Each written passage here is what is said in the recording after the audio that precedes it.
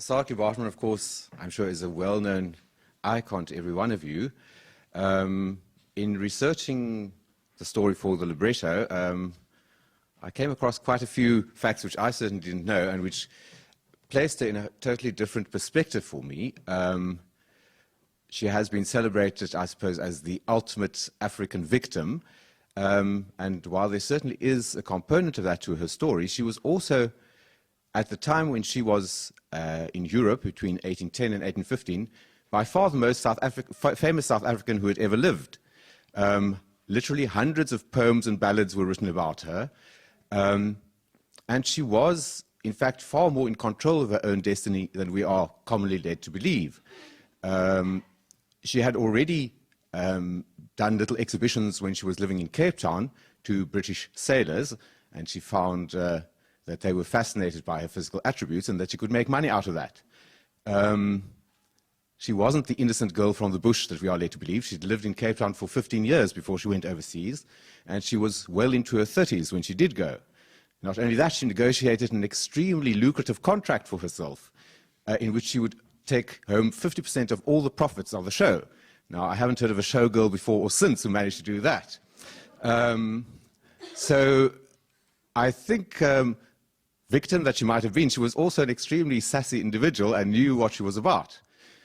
The people she went overseas with were, in fact, family friends. She was a servant girl in the house of freed slaves, and it was the brother of her master who took her overseas. But they were really more equals than in the relationship of master and servant. And in fact, he took part in the little performance they gave, playing, in fact, the domineering white colonialist, although he was himself a freed slave. And of course, the British took this all at face value. In fact, this was the time of the abolitionist movement, and they saw this as a godsend. They rushed Saartjie to court, or at least her keepers, as they thought they were, and tried to get her freed and sent back to Cape Town.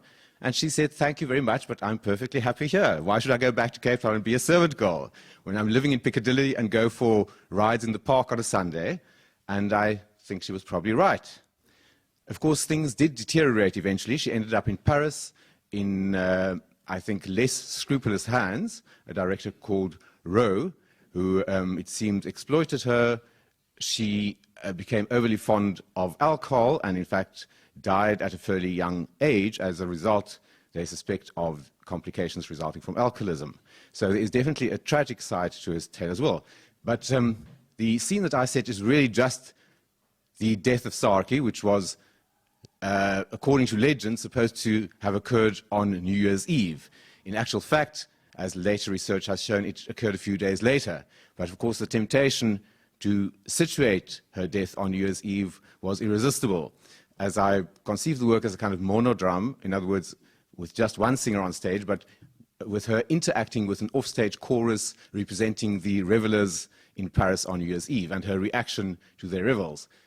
Amongst other things, they sing a little ditty about her, and the little extract I'd like to have Siasanga perform for you starts just after she's heard this ditty.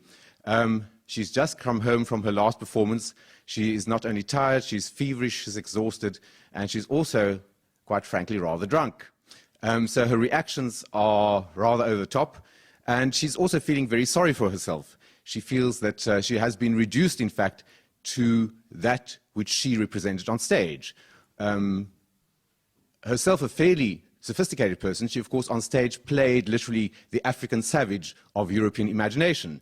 And her reaction to the song says exactly that. You see me only as this savage, and then there's a brief moment when she reflects back on her past and what she used to be back in South Africa.